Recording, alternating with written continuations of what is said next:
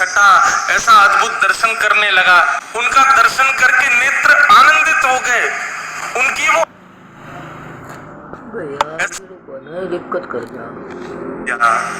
उस पर्वत में सुंदर गुफा है और उस गुफा के भीतर त्रिभंग लली श्याम सुंदर बिल्कुल नील मणि की तरह चमक रहे हैं।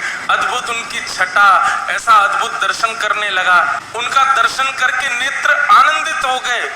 उनकी वो एक क्षण की झलक इतनी सुंदर, इतनी मनमोहक थी। छटपटा करके नेत्र खुले, जलपान करने लगा, अपनी छाती को मसलने लगा। ये मैंने कैसा दृश्य देखा, ये कौन थे, ये कहाँ के ठाकुर जी? मैंने इतने तीर्थ यात्रियों से पूछा पर ऐसा स्वरूप तो किसी ने मुझे वर्णन नहीं किया।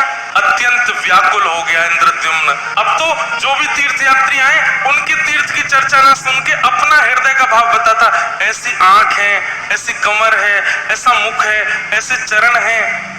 आपने इनके बारे में सुना? ये कौन है? पर्वत पर रहते हैं। वैष्णव जन कहे नहीं, हमने तो नहीं देखा। अत्यंत व्याकुल हो गया इंद्रद्युम्न। संतों की खूब सेवा करता, बस मन में यही चिंतन था इनका पता मुझे लग जाए, ये कौन है जो मुझे स्वप्न में दिखे। एक दिन रात्रि में सोया, अतुल रोज चिंतन करता ठाकुर जी का। तभी उसके स्वप्न में पुनः वह ठाकुर जी प्रकट हुए और प्रकट होकर के उन्होंने अपना नाम बताया। हे इंद्रद्युम्न, मैं नील माधव हूँ। मैं तुम्हारी भक्ति से बहुत प्रसन्न हूँ और तुम पर अनुग्रह करना चाहता हूँ। नीलाचल पर्वत पर मेरा निवास है।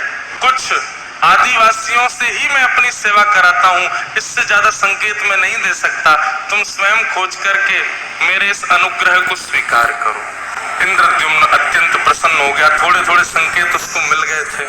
इंद्रद्युम्न ने अपने भाई, जिनका नाम था विद्यापति को कहा कि लीलाचल पर्वत है, वहां पर आदिवासी सेवा करते हैं, नीलमाधव भगवान वहां पर विराज रहे हैं। तुम जाकर के उनकी सुध लेकर के आओ, वो ठाकुर जी मुझ पर कृपा करना चाहते हैं। तब विद्यापति लीलाचल पर्वत के पास गए।